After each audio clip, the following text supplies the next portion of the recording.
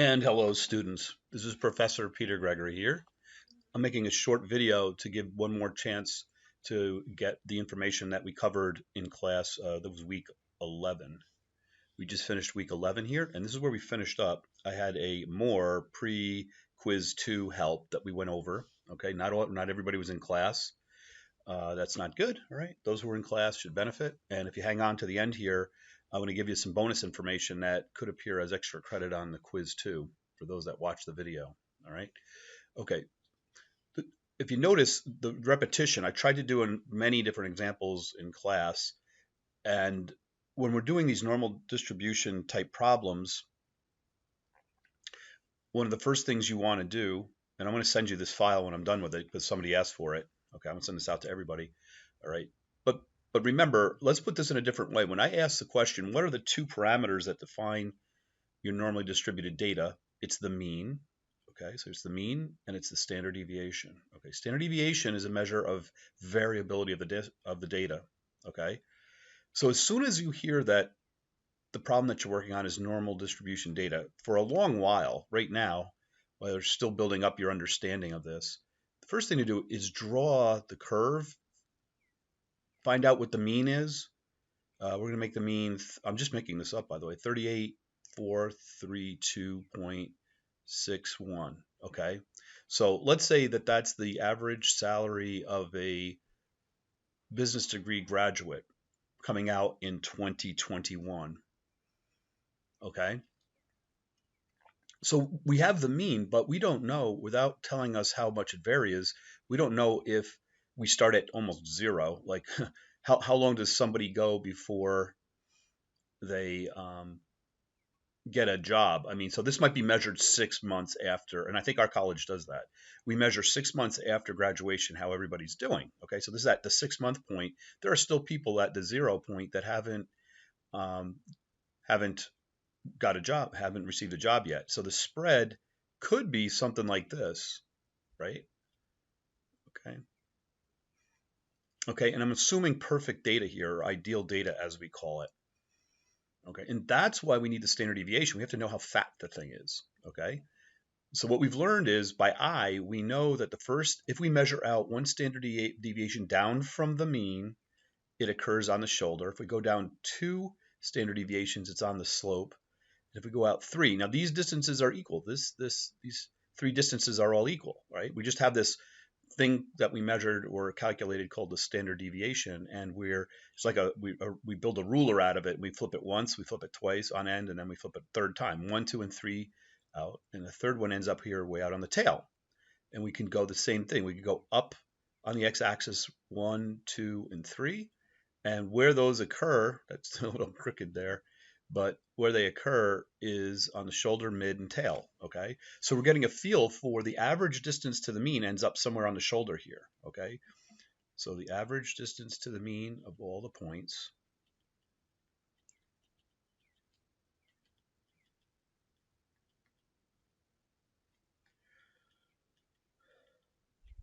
okay, and this is something we came up with. We call it the average distance to the mean of all the points, which is ADMAP. Okay, that's what I'm trying to help you realize, that these words have everything you need to calculate what we're talking about here. So the average distance to the mean of all the points says take every point, see what the distance is. Okay, we're going to sum all these up from I is equal to 1 to n. Okay, we're going to sum all those up and we're going to divide by n. But what we found out was that unless we manipulate this, it's going to come out as 0. So our first level of manipulation was do this. Oops. Draw that straighter. Okay.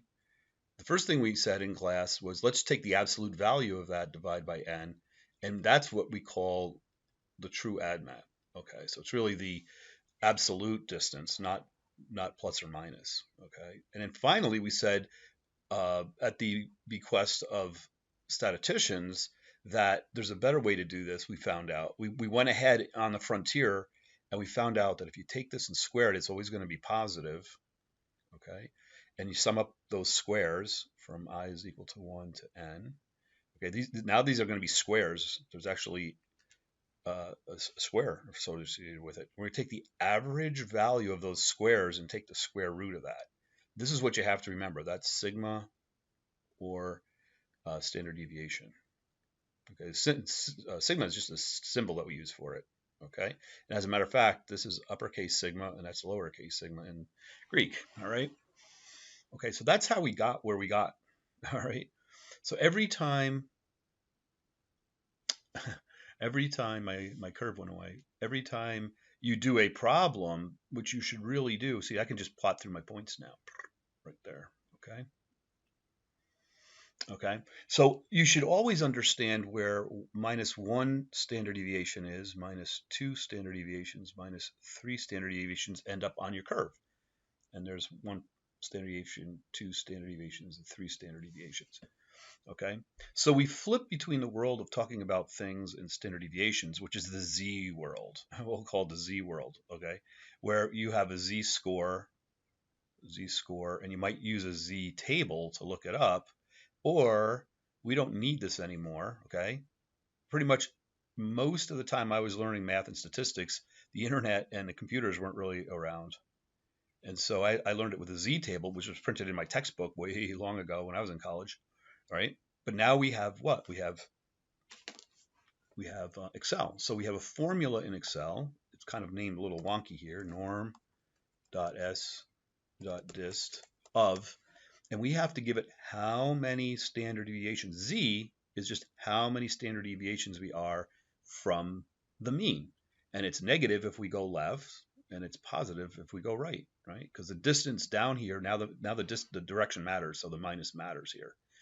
Okay, so something we did in class was we said, let's check it out at the cardinal points, nice round fat numbers here. Okay, so what we did in class on Friday was we figured it out for -1. In fact, what I'm going to do here is I'm going to say use whatever is in this cell to calculate this formula that tells us the area under the curve up to and including the point that we present in here, okay? And so I'm going to make a table of how many standard deviations. This is going to be standard devs, okay? And there's 1. Okay, and we did it at 2, and we did it at 3. Okay.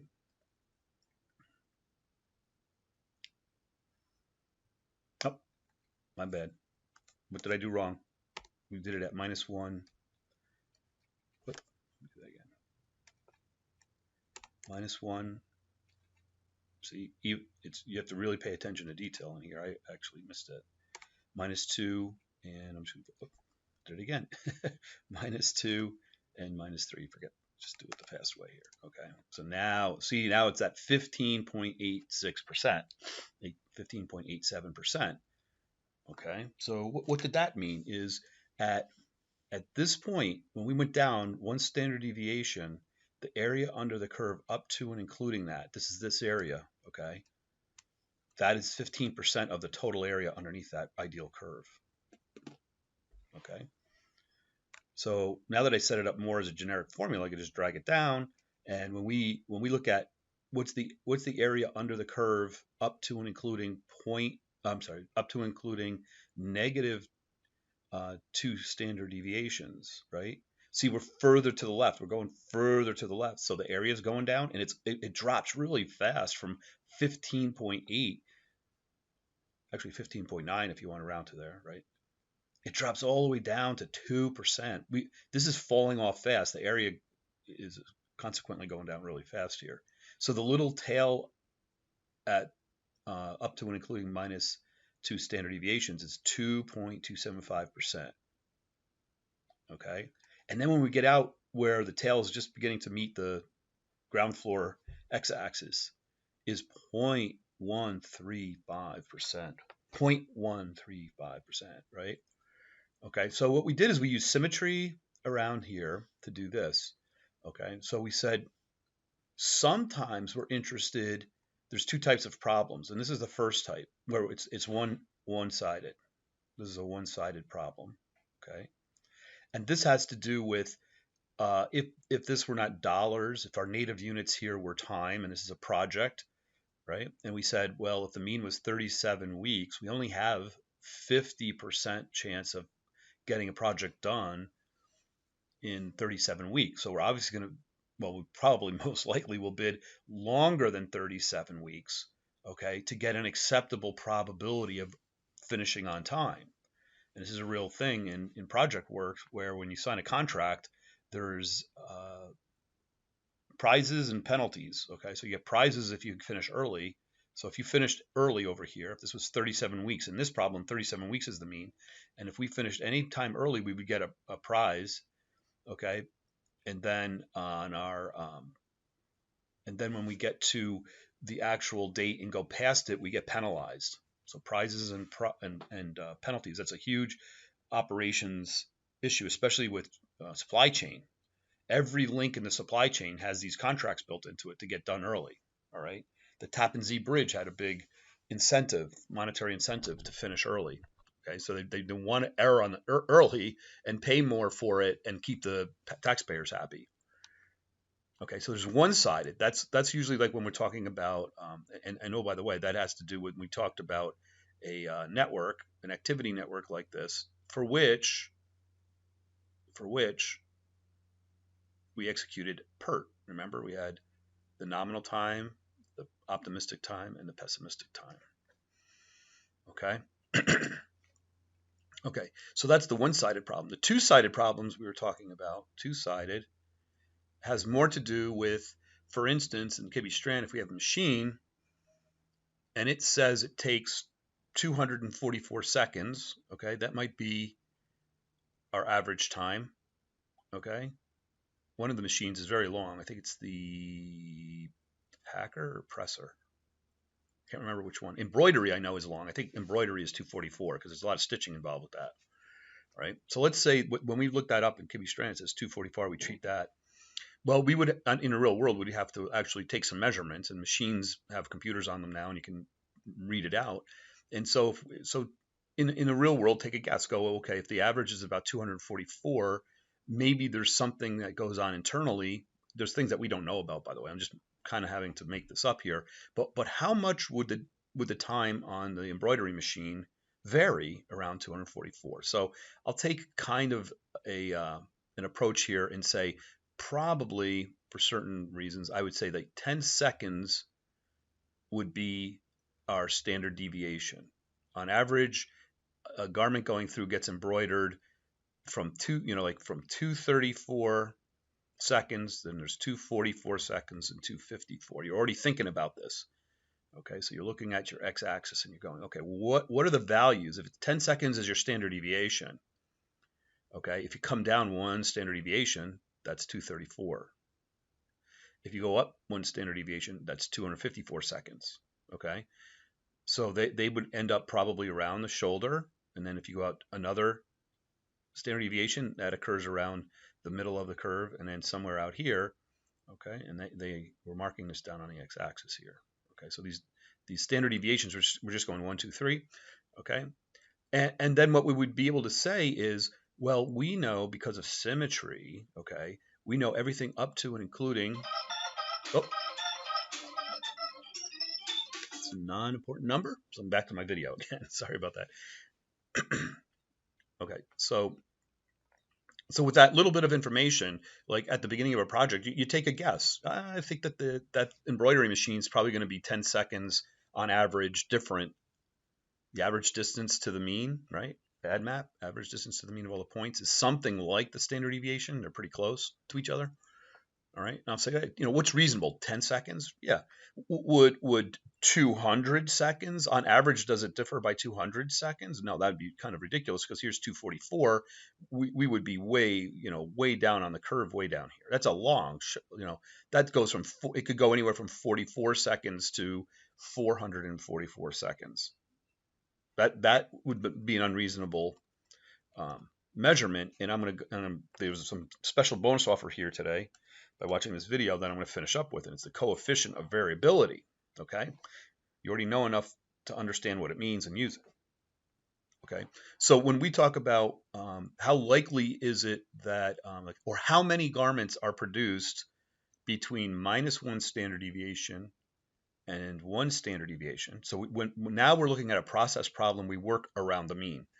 In the one-sided, we work all the way from the left up to the point of interest. Here, we're working between two points, usually symmetric around the mean, plus and minus. Each time I say plus and minus, that means symmetrically -1 and +1 standard deviations. Okay. All right. So someone wants to know what percentage of products that need embroidery get done between 234 seconds and 254 seconds. That's down -1 +1. Okay. And we already have that information. Okay. So we're going to come back up here. And what we're going to do is we're going to take 1, which is the entire area underneath this, and we're going to subtract the area up to and including 1 standard deviation. And we have that right there. Okay, and by symmetry, let me grab another color pen here. By symmetry, we know this area is equal to this area, right? This is area A, and what we call like A prime, like that. They're basically the same areas, but different regions, okay? They're going to be equal areas, okay? So I'll do this a little slower than I did in class. I'll do it the fast way first. Okay, so what I said is 1, it's got to be equal to, equals 1 minus 2 times that number. That's the area. Okay. So the area between the curves is 68%. See that? So I took 1 as all the area, and I subtracted 1 of these off, and I used symmetry to say, yeah, we're going to subtract the other one off. And so between -1 and 1 standard deviation contains 68.26 of all outcomes. All right. So now if I drag that down, this is going to be Control C, and I'm going to drop this in here, and I'm going to drop them as values like this, and I'm going to change them so you can see them in percent. Hit it as percent here, and yeah, let's go one decimal place here. Okay, so this is what we call the empirical model. This is your framework going into any problem. We always understand what the relative size of these probabilities are. So when you get into an actual problem, and you'll figure out where you are on your variability, you have this in the back of your mind. You kind of memorize this, as in you definitely memorize it. You don't kind of memorize it, okay? So this is what we call the empirical model here. The empirical model, okay? And I'm going to draw that a little bit clearer here, a little bit. So I'm going to rehash it, okay? Try to do it around here. There we go. Let me do this again.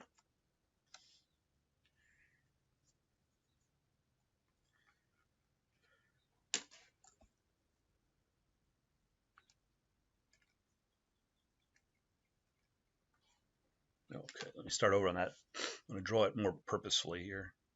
Start out here. I'm going to make, oops, come back here. I'm going to come out here. I'm going to redraw it. Always draw this. For now, always draw your problem on the quizzes, on everything. And I'm going to stretch this one out a little bit. I need a little bit more room here. So where are we? Cross here, and I'm aiming for this. Yeah, that's about. I'm looking at the vertical lines, trying to draw some symmetrically. So here's our average right here. Okay, I'm going to go out 1 standard deviation, 2 standard deviations, 3. Okay, so that's 1, 2, 3. They're equal distance. And all I'm doing is I'm bringing it up. I'm looking at what the height of the curve is at that. Okay, so here's 1, 2, 3.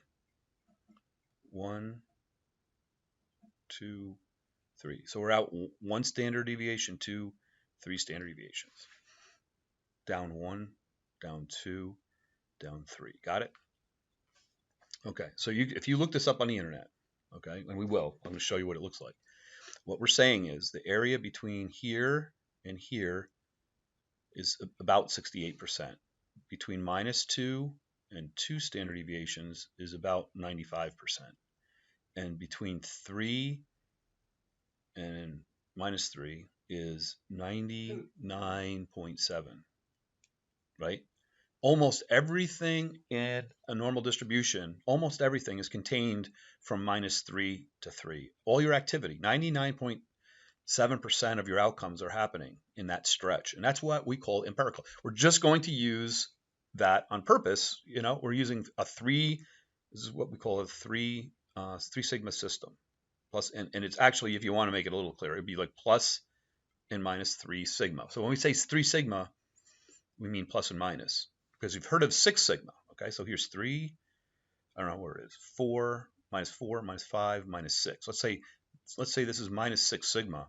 This tail is so thin here, if we do the formula, okay, so there's actually another extra credit problem is what is the probability of getting an outcome between -6 and something where is it? Maybe like here in 6. I'm trying to make it symmetric. I think we're off by 1. Okay, so what's the probability of getting an outcome between -6 and 6? Okay, so let's do that. Let's not get stuck on the same rut, go through the same rut all the time. And what if I make this -6, right? And if I bring all these numbers down, you're going to see something happen here. Okay, let's see what the problem is. What's the problem? -6, that looks pretty good. I don't know why that that is equal. Oh, I'm just going to make that equals.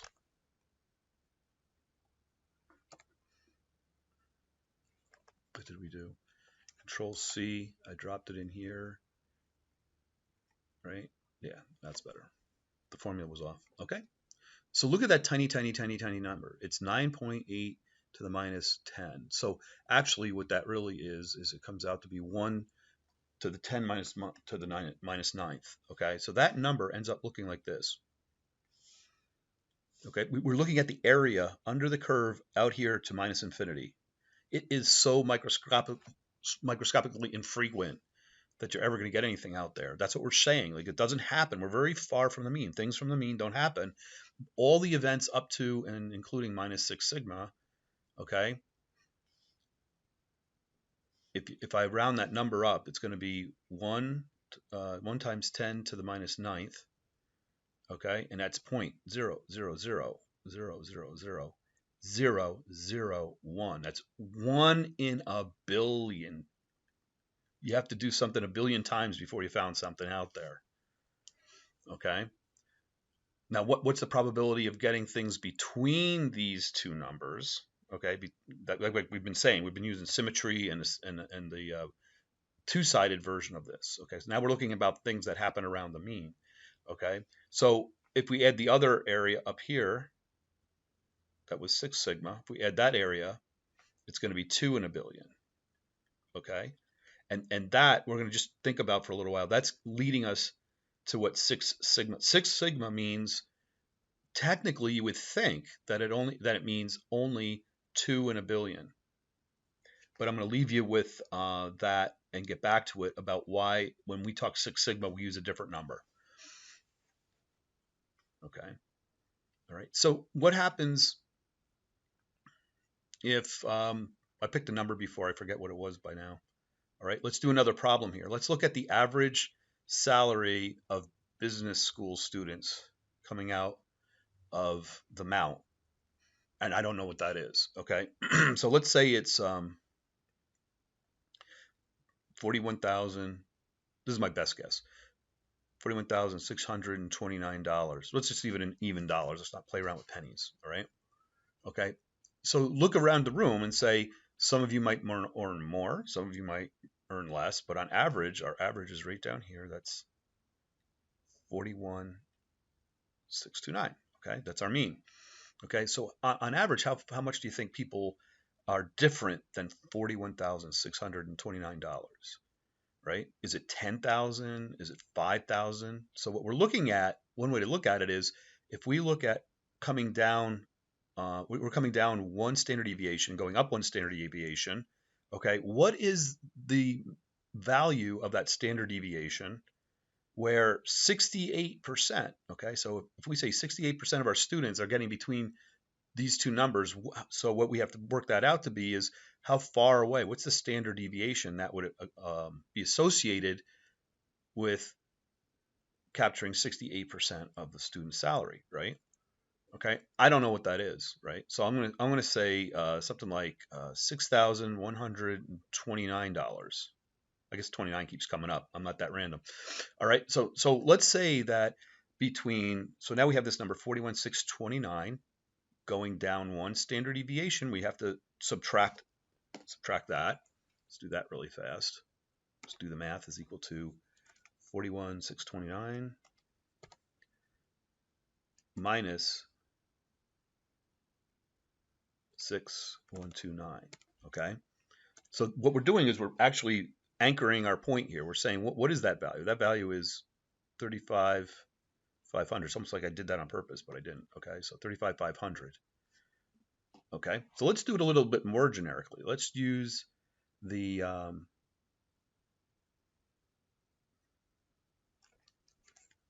let's use a little bit more generic. I said it's 6,129. I'm going to make my equation a little bit more generic. Okay. All right. So instead of writing 6,129 in here, I'm going to refer it to that point. Okay. So now I can change my standard deviation. Oh no, I think it's a little larger than that. Oh, I think it's a little less than that.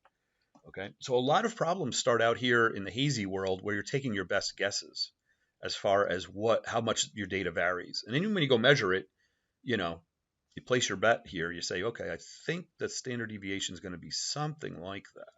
Okay.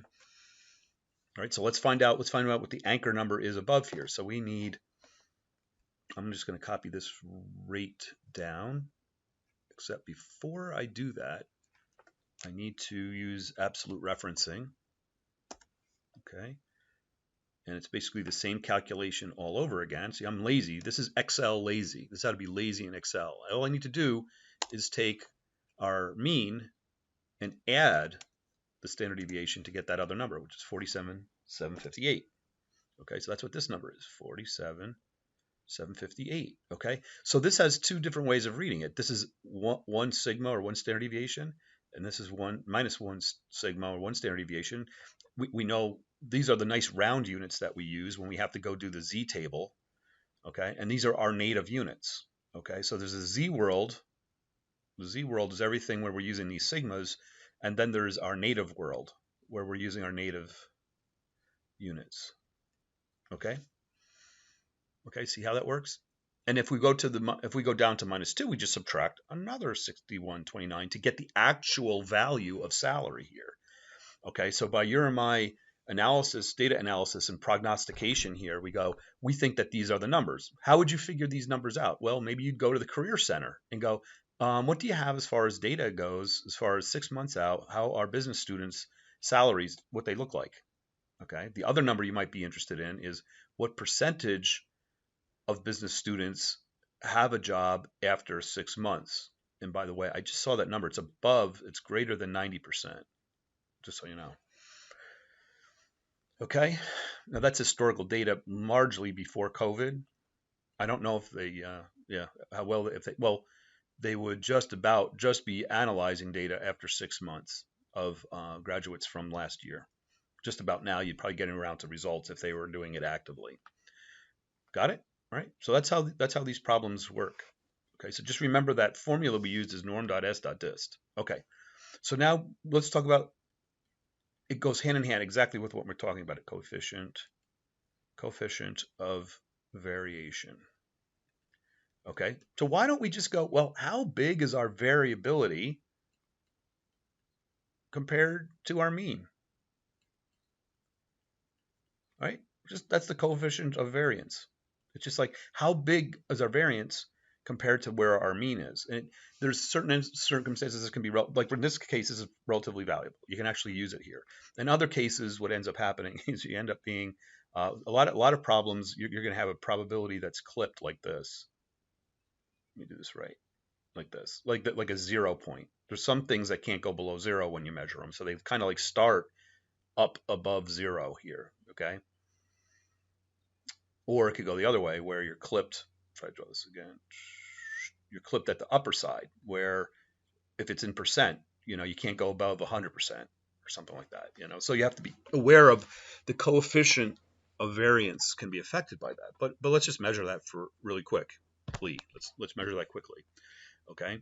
So I'm going to even genericize, it's not a word, but I'm going to punch in our average here is 41,629. All right. Now let's make this even more generic. So this is our header information, and I try to be kind to my viewers and kind to myself. And what I do is, so that's more of the given information. I'll just do a little editing on that, like that. Okay. So this is going to be -1 sig.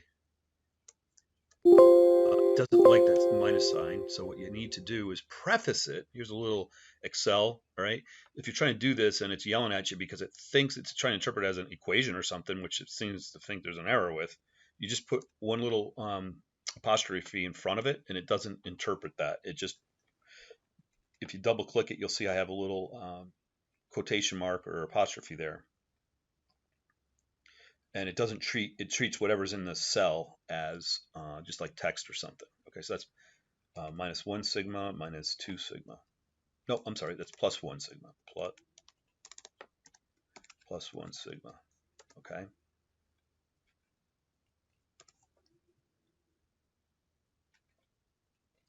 There you go. Okay, so that's just to improve our readability here.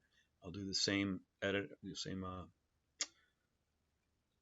structuring or whatever, formatting of that. Okay, and so let's do the COV. Okay. Sometimes Excel will actually paint that blue. Sometimes it knows enough to paint it blue. Sometimes it doesn't. Okay, so we're going to take equals the standard deviation divided by the mean. Cha-ching. All right. So it's the variance. I should say the standard deviation is 14% of the mean. It just gives you a relative size. Okay. And I was going to make these more generic, right? So what I was going to do is come up here and say, what is the average minus that? There's the average minus that. I got the same number. I'm just making it more generic. See, I'm taking out, instead of hard coding in, as they call it, 41,629, I'm actually using a formula rather than I'm putting it in there as a cell reference. See, I put it in there as a cell reference. Now I can change it and say, someone could say, no, I just read a report that it's actually the mean or the average salary of business graduates is $46,752 a year, right? So this is something that we do sensitivity analysis with. Okay, so we can change the numbers around. Okay, so I didn't change the standard deviation because they don't usually publish something like that. They just give you the averages. I've actually seen the median be used before. Okay, so how does the median, if you list all your numbers, you get into the framework of thinking of something or other exiles, some kind of like percentiles. Okay, so percentiles or quartiles, quintiles. Okay, so this percentiles breaks up your data into hundreds, and quartiles would break all your data up into 4 buckets, and quintiles would break it up into 5 buckets. Okay, this goes back to that histogram that we did. Okay, so you would list your data. Actually, you'd rank your data by, let's say, size here of salaries. Okay, so you'd have a low salary of $100 and a high salary of $100,000. And 1, 2, 3, 4, 5, 6, 7, 8, 9, 10, 11, 12. Great. Okay, 13. Okay, so when you gather your data, it's just random. Okay, this is the second order processing. Now, what we're going to do is we're going to order the data, and then what do? We look at the middle number, and I think we come up with 11, 12.